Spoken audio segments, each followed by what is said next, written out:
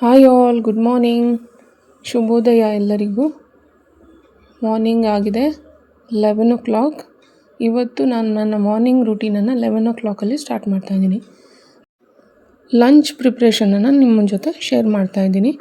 ಒಂದು fry recipe ತೋರಿಸ್ತಾ ಇದ್ದೀನಿ, ಇನ್ನೊಂದು ಕೂಟು ರೆಸಿಪಿ ತೋರಿಸ್ತಾ ಇದ್ದೀನಿ. ಬನ್ನಿ ಹೋಗೋಣ ಇವಾಗ ಕಿಚನ್ ಕಡೆಗೆ. ನಾನು ಮಾಡ್ತಾ ಇರೋದು ಕರಾವಳಿ ಶೈಲಿಯ 2 ರೆಸಿಪೀಸ್ಗಳು. ಹಾಗಾದರೆ ಬನ್ನಿ ಸ್ಟಾರ್ಟ್ ಮಾಡೋಣ. ಈ ತೊಂಡೆಕಾಯಿಯನ್ನು ಬಳಸಿ ಇವತ್ತು ಒಂದು ಫ್ರೈ ಮಾಡಿ ತೋರಿಸ್ತಾ ಇದ್ದೀನಿ. ಇದು ತುಂಬ ಎಳೆ ತೊಂಡೆಕಾಯಿ, ತುಂಬ ಚೆನ್ನಾಗಿರುತ್ತೆ. ಮಾಡೋಣ ಬನ್ನಿ. ತುಂಬ ಬೇಗನೂ ಆಗುತ್ತೆ. Simple recipe, very easy recipe ಅಂತಲೇ ಹೇಳ್ಬೋದು. ಊಟಕ್ಕೂ ಚೆನ್ನಾಗಿರುತ್ತೆ. ಇದು ನಮ್ಮ ಟ್ರೆಡಿಷ್ನಲ್ ರೆಸಿಪಿ. ಮಾಡೋಣ ಬನ್ನಿ. ತೊಂಡೆಕಾಯಿ ಫ್ರೈ. ನಾವು ಇದಕ್ಕೆ ತೊಂಡೆಕಾಯಿ ತಳೆಸಣಿ ಅಂತ ಹೇಳ್ತೀವಿ. ಇವಾಗ ತೊಂಡೆಕಾಯಿಯನ್ನು ಚೆನ್ನಾಗಿ ತೊಳೆದು ಹೆಚ್ಚಿಟ್ಕೊಬೋದು. ಅಂದರೆ ಒಂದು ತೊಂಡೆಕಾಯಿಯಿಂದ 2 ಪೀಸ್ ಮಾಡಿಟ್ಕೊಬೋದು. ನಾನು ಇದಕ್ಕೆ ಆ ಥರ ಮಾಡ್ತಾಯಿಲ್ಲ. ನಾನು ಇದನ್ನು ಈ ಪ್ಯಾಸ್ಟಲಲ್ಲಿ ಹಾಕಿ ಕುಟ್ಟುತ್ತಾ ಇದ್ದೀನಿ. ಇವಾಗ ಒಂದೊಂದೇ ತಗೊಂಡು ಈ ಥರ ಜಸ್ಟ್ ಒಂದು ಇದು ಹೊಡೆಯೋಷ್ಟರಲ್ಲಿ ಈ ಥರ ಆಗುತ್ತೆ. ಅದು ತುಂಬ ಏನು ಕುಟ್ಟಬೇಕಂತ ಇಲ್ಲ. ಒಂದು ತೊಂಡೆಕಾಯಿ ಒಂದು ಹೊಡೆತಕ್ಕೇನೆ ಪೀಸ್ ಆಗಿಬಿಡುತ್ತೆ. ಇಷ್ಟಾದರೆ ಸಾಕು ನಮಗೆ. ಇವಾಗ ಎಲ್ಲವನ್ನು ಈ ಥರನೇ ಮಾಡ್ಕೊತಾ ಇದ್ದೀನಿ. ಈ ಥರ ಮಾಡೋದು ಬೇಡ ಅಂತ ನಿಮ್ಗೆ ಅನಿಸಿದ್ದಲ್ಲಿ ನೀವು 2 ಅಥವಾ 3 ಪೀಸು ಒಂದು ತೊಂಡೆಕಾಯಿಯಿಂದ ಮಾಡ್ಕೊಬೋದು. ಇವಾಗ ಮ್ಯಾರಿನೇಟ್ ಮಾಡ್ತಾಯಿದ್ದೀನಿ. ಒಂದು ಉಪ್ಪು ಹಾಕಿ ಒಂದು 15 ನಿಮಿಷ ಇದನ್ನು ಹಾಗೆ ಇಡಬೇಕು. ಇದ್ರ ಜೊತೆ ನೀವು ಆಲೂಗಡ್ಡೆ ಕೂಡ ಹಾಕ್ಬೋದು, ಬದನೆಕಾಯಿ ಕೂಡ ಹಾಕ್ಬೋದು, ಅಥವಾ ಬರೀ ತೊಂಡೆಕಾಯಿನೇ ಮಾಡ್ಬೋದು. ಇದು ಸ್ವಲ್ಪ ಕಡಿಮೆ ಇರೋದ್ರಿಂದ ನಾನು ಇದ್ರ ಜೊತೆ ಆಲೂಗಡ್ಡೆನ ಕೂಡ ಹಾಕೋತಾ ಇದ್ದೀನಿ. ನಾನು ಒಂದು 2 ಮೀಡಿಯಮ್ ಸೈಜ್ ಆಲೂಗಡ್ಡೆನ ಹೆಚ್ಕೊತೀನಿ. ಇವಾಗ ನೋಡಿ, ಒಂದು 2 ಆಲೂಗಡ್ಡೆನ ತೊಗೊಂಡಿದ್ದೀನಿ. ರಾ ಆಲೂಗಡ್ಡೆ ಇದು.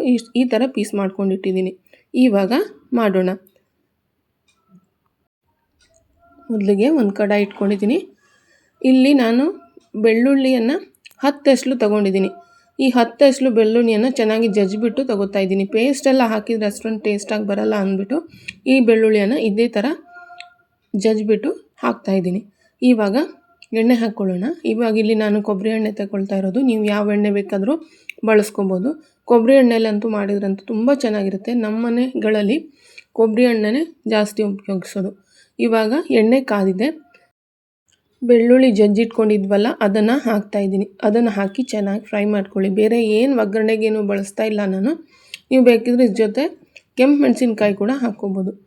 ನಾನು ಕೆಂಪು ಮೆಣಸಿನ್ಕಾಯಿ ಪುಡಿ ಬಳಸೋದ್ರಿಂದ ನಾನು ಅದನ್ನು ಎಂಡ್ಗೆ ಹಾಕ್ತಾಯಿದ್ದೀನಿ. ಇವಾಗ ಬೆಳ್ಳುಳ್ಳಿ ತುಂಬ ಫ್ರೈ ಆಗಬೇಕು. ಗೋಲ್ಡನ್ ಫ್ರೈ ಆದಮೇಲೆ ಇವಾಗ ನಾವು ತರಕಾರಿಯನ್ನು ಹಾಕ್ಕೊಳ್ಳೋಣ. ಆಲೂಗಡ್ಡೆನ ಹಾಕ್ಕೊತಾ ಇದ್ದೀನಿ. ಬರೀ ತೊಂಡೆಕಾಯಿ ಹಾಕಿ ಮಾಡಿದ್ರೂ ತುಂಬ ಚೆನ್ನಾಗಿರುತ್ತೆ. ಇಲ್ಲಾಂದರೆ ನೀವು ತೊಂಡೆಕಾಯಿ ಮತ್ತು ನುಗ್ಗೆಕಾಯಿ ಮತ್ತು ಬದನೆಕಾಯಿ ಈ 3 ಕಾಂಬಿನೇಷನ್ನಲ್ಲಿ ಮಾಡಿದರೂ ಕೂಡ ತುಂಬ ಚೆನ್ನಾಗಿ ಬರುತ್ತೆ. 5 ನಿಮಿಷ ಮುಚ್ಚಿ ಬೇಯಿಸಬೇಕು. ಈ ಥರ ಸ್ವಲ್ಪ ಫ್ರೈ ಥರ ಆಗಬೇಕದು. ನಾವೇನು ನೀರು ಬಳಸ್ತಾ ಇಲ್ಲ ಇಲ್ಲಿ. ಚೆನ್ನಾಗಿ ಬೆಂದ ಮೇಲೆ, ಆಲೂಗಡ್ಡೆ ಚೆನ್ನಾಗಿ ಬೆಂದ ಮೇಲೆ ಇವಾಗ ನಾವು ತೊಂಡೆಕಾಯಿಯನ್ನು ಹಾಕ್ತಾಯಿದ್ದೀವಿ.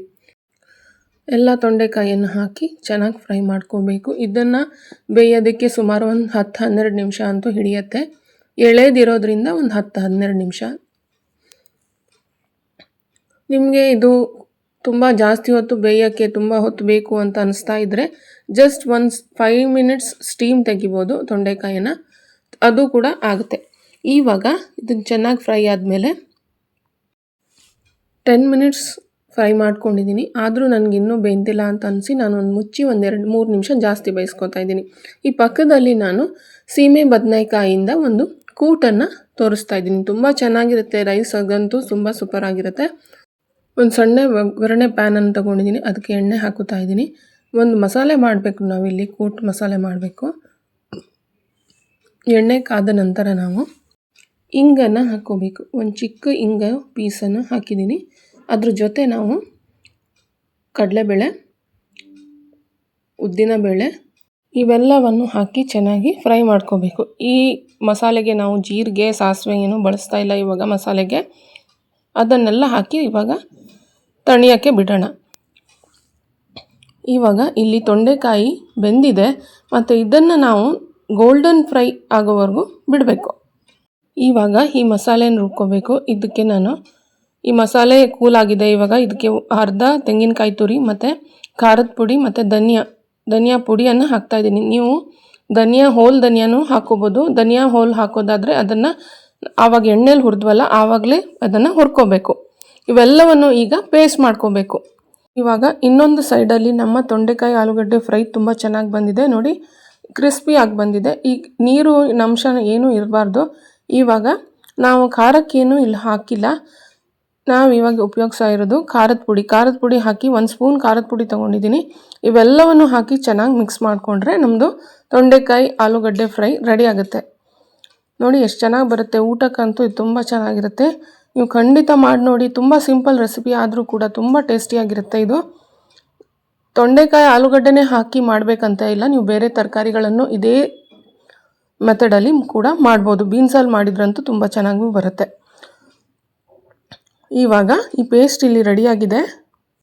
ಇವಾಗ ಕೂಟನ್ನು ಮಾಡ್ಕೊಳ್ಳೋಣ. ಒಂದು ಕಡಾಯಿಯಲ್ಲಿ ನಾನು ಎಣ್ಣೆ ತಗೋತಾ ಇದ್ದೀನಿ. ಯಾವ ಎಣ್ಣೆ ಬೇಕಾದರೂ ತೊಗೋಬೋದು. ಇಲ್ಲಿ ಎಣ್ಣೆ ಕಾದ ನಂತರ ನಾವು ಸಾಸಿವೆ ಚಟಪಟ ಅಂದ ಮೇಲೆ ನಾವು ಮೆಂತ್ಯಕಾಳನ್ನು ತೊಗೊಂಡಿದ್ದೀವಿ. ಈ ಅಡುಗೆಗೆ ಮೆಂತ್ಯ ಮತ್ತು ಇಂಗು ಫ್ಲೇವರ್ ತುಂಬ ಚೆನ್ನಾಗಿ ಬರುತ್ತೆ. ನನ್ನ ಈ ಕೋಸ್ಟಲ್ ರೆಸಿಪಿ ನಿಮಗೆ ಇಷ್ಟ ಆಗಿದ್ದಲ್ಲಿ ಲೈಕ್ ಮತ್ತು ಶೇರ್ ಮಾಡಿ, ನಿಮ್ಮ ಫ್ರೆಂಡ್ಸ್ ಜೊತೆ ಶೇರ್ ಮಾಡಿ. ಮತ್ತು ನೀವು ಏನಾದರೂ ಫಸ್ಟ್ ಟೈಮ್ ನಾನು ಈ ಚಾನಲನ್ನು ನೋಡ್ತೀರಾದರೆ ಸಬ್ಸ್ಕ್ರೈಬ್ ಮಾಡ್ಕೊಳ್ಳಿ. ಇವಾಗ ನಾವು ಒಗ್ಗರಣೆ ರೆಡಿ ಆದ ಮೇಲೆ ಸೀಮೆ ಬದನೆಕಾಯಿಯನ್ನು ಹಾಕೋತಾ ಇದ್ದೀನಿ. ಈ ಸೀಮೆ ಬದನೆಕಾಯಿ ತುಂಬ ಬೇಗ ಬೇಯುತ್ತೆ, ಹಾಗಾಗಿ ಕುಕ್ಕರಲ್ಲಿ ಬೇಯಿಸೋವಂಥ ಅವಶ್ಯಕತೆ ಏನೂ ಇಲ್ಲ. ಇವಾಗ ನೋಡಿ ಚೆನ್ನಾಗಿ ಬೆಂದಿದೆ. ಇದು ಉಪ್ಪು ಹಾಕಿ ಬೇಯಿಸಿದ್ದೀನಿ. ಒಗ್ಗರಣೆಯಲ್ಲೇ ಬೇಯಬೇಕಿದು. ಇವಾಗ ಚೆನ್ನಾಗಿ ಬೆಂದಿದೆ ನೋಡಿ. ಇಷ್ಟು ಚಿಕ್ಕ ಚಿಕ್ಕ ಪೀಸನ್ನು ಮಾಡ್ಕೊಂಡಿದ್ದೀನಿ. ನೀವು ಸೀಮೆ ಬದನೆಕಾಯಿಂದ ಯಾವ್ಯಾವ ರೆಸಿಪಿನ ಮಾಡ್ತೀರಾ ಅಂತ ನನಗೆ ಕಮೆಂಟ್ ಮೂಲಕ ತಿಳಿಸಿ. ನನಗೂ ಕೂಡ ಒಂದು ಐಡಿಯಾ ಸಿಗುತ್ತೆ. ಇವಾಗ ಮಾಡಿರೋ ಪೇಸ್ಟನ್ನು ಹಾಕ್ಕೋಬೇಕು. ಕಾಯಿ ಪೇಸ್ಟ್ ಒಂದು ಮಾಡ್ಕೊಂಡಿದ್ವಲ್ಲ, ಮಸಾಲೆನ ಹಾಕ್ಬಿಟ್ಟು ಅದನ್ನು ಇವಾಗ ಹಾಕ್ಕೋತಾ ಇದ್ದೀನಿ. ಮಿಕ್ಸಿಯಲ್ಲಿ ತುಂಬ ನುಣ್ಣಗೆ ಅದನ್ನು ರುಬ್ಕೊಂಡಿದ್ದೆ ನಾನು. ತುಂಬ ಫೈನ್ ಪೇಸ್ಟ್ ಮಾಡ್ಕೋಬೇಕು ಅದನ್ನು. ಇವಾಗ ಅದನ್ನು ಹಾಕಿದ ಮೇಲೆ ಅದರ ನೀರು ಕೂಡ ಮಿಕ್ಸಿ ತೊಳೆದ ನೀರನ್ನು ಕೂಡ ಹಾಕ್ತಾಯಿದ್ದೀನಿ. ಇವಾಗ ಮುಚ್ಚಿ ಇದನ್ನು ಒಂದು 5 ನಿಮಿಷ ಹಾಗೆ ಕುದಿಸ್ಬೇಕು. ಈ ಕೂಟಂತೂ ಬಾಯ್ಲ್ಡ್ ರೈಸ್, ವೈಟ್ ರೈಸ್ ಎರಡಕ್ಕೂ ಚೆನ್ನಾಗಿರುತ್ತೆ. ಈವನ್ ಚಪಾತಿ ಕೂಡ ನೀವು ಟ್ರೈ ಮಾಡ್ಬೋದು. ಹೇಗೆ ಬರುತ್ತೆ ಚಪಾತಿಗೆ ಅಂತ ನನಗೆ ಕಮೆಂಟ್ ಮಾಡಿ ತಿಳಿಸಿ.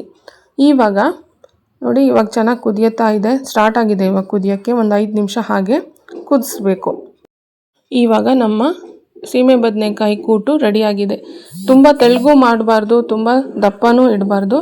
ಈ ಥರ ಅನ್ನ ಕಲಿಸ್ಕೊಳ್ಳೋ ಥರ ಇರಬೇಕು. ಇವಾಗ ನೋಡಿ ನಮ್ಮದು ಸೀಮೆ ಬದನೆಕಾಯಿ ಕೂಟು ರೆಡಿಯಾಗಿದೆ. ಈ ಕಡೆ ನಮ್ಮದು ತೊಂಡೆಕಾಯಿ ಫ್ರೈ ಕೂಡ ರೆಡಿಯಾಗಿದೆ. ಎರಡೂ ರೆಸಿಪೀಸು ತುಂಬ ಸೂಪರಾಗಿ ಬಂದಿದೆ. ನೀವು ಕೂಡ ಟ್ರೈ ಮಾಡಿ. ಇವಾಗ ಟೈಮ್ ಆಗಿದೆ 1 o'clock. ಊಟಕ್ಕೆ ಪ್ಲೇಟ್ ರೆಡಿ ಮಾಡ್ತಾಯಿದ್ದೀನಿ. ನನ್ನ ಈ ವ್ಲಾಗು ನಿಮಗೆ ಇಷ್ಟ ಆಗಿದೆ ಅಂತ ನಾನು ಭಾವಿಸ್ತೀನಿ. ಇಷ್ಟ ಆಗಿದ್ದಲ್ಲಿ ಕಮೆಂಟ್ ಮಾಡಿ ತಿಳಿಸಿ ನನಗೆ, ಮತ್ತು ಶೇರ್ ಮಾಡಿ ನಿಮ್ಮ ಫ್ರೆಂಡ್ಸ್ ಆ್ಯಂಡ್ ಫ್ಯಾಮಿಲಿ ಜೊತೆ. ಈ ಕೂಟು ಮತ್ತು ತೊಂಡೆಕಾಯಿ ಫ್ರೈ ತುಂಬ ಸೂಪರಾಗಿ ಬಂದಿದೆ. ನೀವು ಕೂಡ ಇದನ್ನು ಟ್ರೈ ಮಾಡ್ತೀರಾ ಅಂತ ನಾನು ಭಾವಿಸ್ತೀನಿ. ಇದೇ ಥರ ರೆಸಿಪೀಸ್ಗಳೊಂದಿಗೆ ನಾನು ನಿಮ್ಗೆ ಸಿಗ್ತೀನಿ ಇನ್ನೊಂದು ವ್ಲಾಗಲ್ಲಿ. ಅಲ್ಲಿಯವರೆಗೂ bye and thank you for watching. Bye.